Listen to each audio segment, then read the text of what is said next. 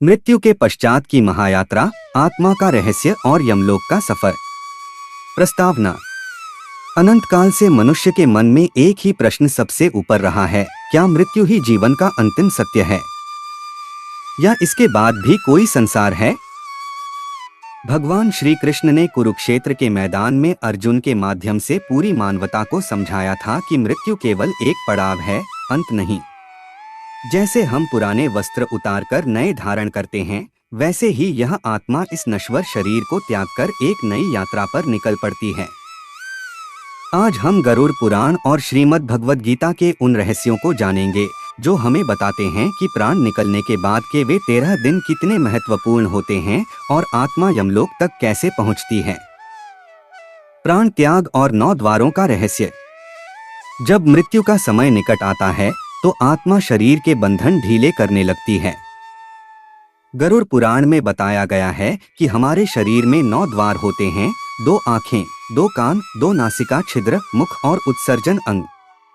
आत्मा किस द्वार से बाहर निकलेगी, यह पूरी तरह से उस व्यक्ति के जीवन भर के कर्मों और उसके स्वभाव पर निर्भर करता है। जो महापुरुष होते हैं, जिन्होंने जीवन भर ज्ञान और ध्यान का मार्ग अपनाया, उनकी आत्मा मस्तिष्क के सबसे ऊपरी भाग यानी ब्रह्मरंध्र से निकलती है। इसके विपरीत जिन लोगों का जीवन पाप और तामसिक प्रवृत्तियों में बीता, उनकी आत्मा उत्सर्जन अंगों से बाहर निकलती है, जिसके कारण मृत्यु के क्षण में व्यक्ति अनैच्छिक रूप से मलमूत्र का त्याग कर देता है। मृत्यु के बाद के 13 दिन पृथ्वी पर प्रवास। शरीर शांत हो जाने के बाद भी आत्मा का अस्तित्व तुरंत समाप्त नहीं होता। वह एक सूक्ष्म रूप धारण कर लेती है, जिसे हमारी भौतिक आंखें नहीं देख सकती। अगले 13 दिनों तक वह आत्मा अपने उसी घर और परिजनों के बीच भटकती रहती है। वह अपने प्रियजनों को पुकारती है, उन्हें रोते देख दुखी होती है, लेकिन उसकी आवाज किसी को सुनाई नहीं देती। यही कारण है कि इन 13 दिनों के लिए शास्त्र कुछ कड़े नियम बताते हैं। घर में चूल्हा नहीं जलाया जाता और भगवान का पूजन या मंत्र जाप वर्जित होता है, क्योंकि वह स्थान और परिवार सूतक की अवस्था में होता है। मृतक के कपड़ों, गहनों, जूतों या बर्तनों का उपयोग करना भी मना है। इसके पीछे गहरा आध्यात्मिक कारण यह है कि आत्मा का अपने सांसारिक वस्तुओं से गहरा मोह होता है।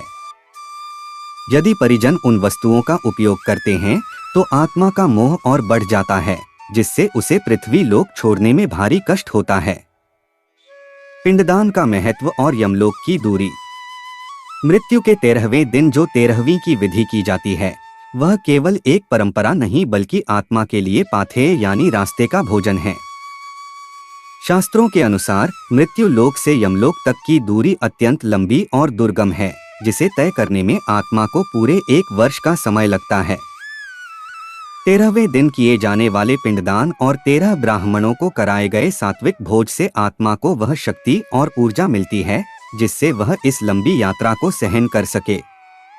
यदि यह अनुष्ठान न किया जाए तो यमदूत आत्मा को अत्यंत क्रूरता से घसीटते हुए ले जाते हैं, जिससे उसे भूख, प्यास और थकान के भयंकर कष्ट झेलने पड़ते हैं। आत्मा का स्वरूप और विभिन्न मत। आत्मा क्या है? इसे समझने के लिए हमें अपनी इंद्रियों से परे जाना होगा। योग और ध्यान के माध्यम से ही इसके अस्तित्व का अनुभव संभव है। जैन धर्म में इसे जीव कहा गया है, जो शाश्वत और अविनाशी है। सिख धर्म इसे शुद्ध चेतना मानता है। भगवान कृष्ण ने स्पष्ट किया है कि आत्मा को न अग्नि जला सकती है, न जल भिगो सकता है और न ही हवा सुखा सकती है। यह निर्विकार है। कुछ ज्ञानियों का मत है कि यह हमारे सहस्रार चक्र में निवास करती है। यह शरीर के भीतर रहकर भी शरीर से पूर्णतः भिन्न है। जैसे एक बर्तन में रखा आकाश बर्तन टूटने पर भी नष्ट नहीं होता, वैसे ही शरीर के नष्ट होने पर भी आत्मा अपनी शुद्ध अवस्था में बनी रहती है। कर्म, पुनर्जन्म और परम गति। यमलोक पहुंचने पर चित्रगुप्त महाराज व्यक्ति के कर्मों का लेखा जोखा यमराज के सम्मुख प्रस्तुत करते हैं। यही तय होता है कि आत्मा को स्वर्ग के सुख भोगने हैं या नरक की यातनाएं। कर्मों के अनुसार ही अगली योनि का निर्धारण होता है। अच्छे कर्म करने वाले उच्च योनियों में जन्म लेते हैं, जबकि बुरे कर्म करने वालों को निम्न योनियों में भटकना पड़ता है। भगवान कृष्ण का सबसे बड़ा आश्वासन गीता में यही है कि जो मनुष्य मृत्यु के समय केवल ईश्वर का स्मरण करता है, वह जन्म मरण के इस चक्र से मुक्त होकर सीधे उन्हीं में विलीन हो जाता है। मोक्ष का अर्थ है आत्मा का परमात्मा में मिल जाना, जहाँ फिर कोई विछोह नहीं होता। निष्कर्ष, अतः मनुष्य की पहचान उसका यह भौतिक शरीर नहीं, बल्कि उसके भीतर वास करने वाली वह सूक्ष्म आत्मा है। मृत्यु अंत नहीं, बल्कि स्वरूप का परिवर्तन है। शरीर मिट्टी में मिल जाता है, लेकिन हमारे द्वारा किए गए शुभ और अशुभ कर्म हमारी आत्मा के साथ उस पार भी जाते हैं।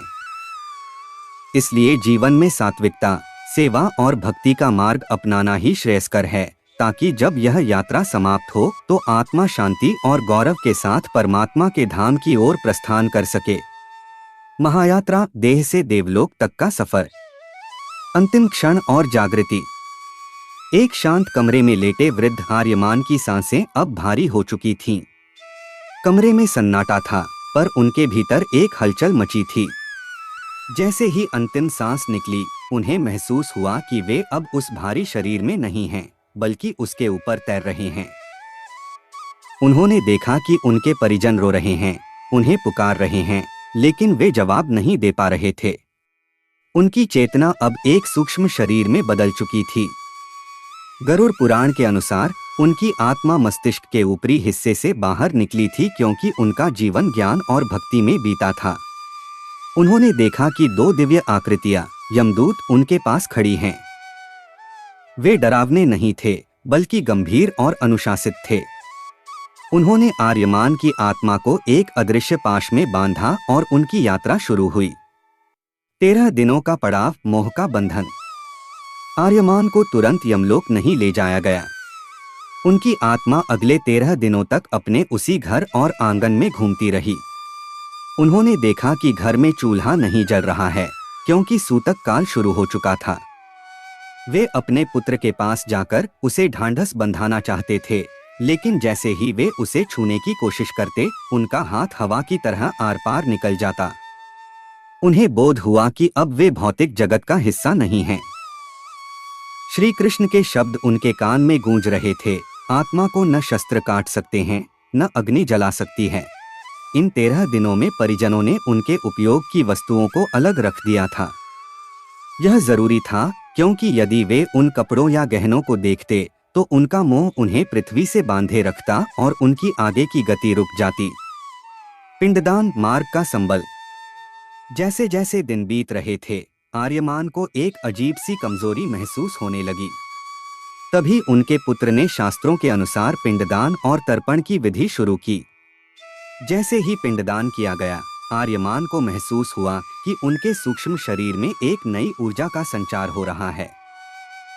13वें दिन जब ब्राह्मणों को सात्विक भोज कराया गया और दान पुण्य हुआ, तो उस ऊर्जा ने आर्यमान को वह पाथे, रास्ते का भोजन प्रदान किया, जो उन्हें अगले 1 वर्ष की कठिन यात्रा के लिए चाहिए था। इसी शक्ति के बल पर उन्होंने मृत्यु लोक की सीमा पार की और यमलोक की ओर प्रस्थान किया। वैतरणी और कठिन मार्ग। यमलोक का रास्ता आसान नहीं था। आर्यमान को भयंकर जंगलों, तप्त रेत और बर्फीली हवाओं से गुजरना पड़ा। उनके सामने वैतरणी नदी आई, जो पापियों के लिए रक्त और मवाद से भरी होती है, लेकिन आर्यमान ने जीवन भर गायों की सेवा की थी और दान दिया था, इसलिए उनके लिए एक दिव्य नौका प्रकट हुई और उन्होंने सुगमता से उसे पार कर लिया। रास्ते में उन्हें कई अन्य आत्माएं भी मिली। जो लोग जीवन भर लोभ और हिंसा में लिप्त रहे थे, उन्हें यमदूत घसीटते हुए ले जा रहे थे। आर्यमान को समझ आया कि यहाँ केवल कर्म ही एकमात्र मुद्रा, करेंसी है। चित्रगुप्त का दरबार और अंतिम निर्णय। अंततः 1 वर्ष की लंबी यात्रा के बाद आर्यमान यमराज के भव्य दरबार में पहुंचे। वहां स्वर्ण सिंहासन पर धर्मराज यमराज विराजमान थे और पास ही चित्रगुप्त महाराज के पास एक विशाल पुस्तक थी। उस पुस्तक में आर्यमान के जीवन के हर छोटे बड़े कर्म, विचार और मंशा का विवरण था। चित्रगुप्त ने कहा, आर्यमान, तुमने अपने जीवन में कर्तव्यों का पालन किया और अंतिम समय में कृष्ण का स्मरण किया। तुम्हारे पुण्य का पलड़ा भारी है। यमराज ने मुस्कुराते हुए आदेश दिया कि आर्यमान को कुछ समय स्वर्ग में सुख भोगने के बाद पुनः एक उच्च कुल में जन्म दिया जाए, ताकि वे अपनी शेष आध्यात्मिक यात्रा पूरी कर सकें और अंततः मोक्ष प्राप्त करें। नया जन्म, एक नई शुरुआत। स्वर्ग के आनंद का अनुभव करने के बाद आर्यमान की आत्मा ने पुनः पृथ्वी की ओर प्रस्थान किया। उन्होंने पुराने वस्त्र, पुराना शरीर पूरी तरह छोड़ दिए थे। अब वे एक छोटे बालक के रूप में एक धर्मात्मा परिवार में अवतरित हुए। उन्हें पिछला कुछ याद नहीं था, लेकिन उनकी आत्मा की सात्विक प्रवृत्तियां उनके साथ थीं। कृष्ण के कहे अनुसार आत्मा अमर है। वह कभी मरती नहीं, केवल अपने अनुभव और कर्मों के आधार पर रूप बदलती रहती है।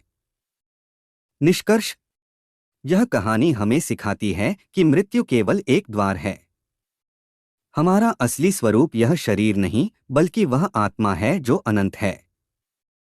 हमारे द्वारा किया गया दान, सेवा और ईश्वर की भक्ति ही वह पूंजी है जो मृत्यु के बाद भी हमारे साथ चलती है।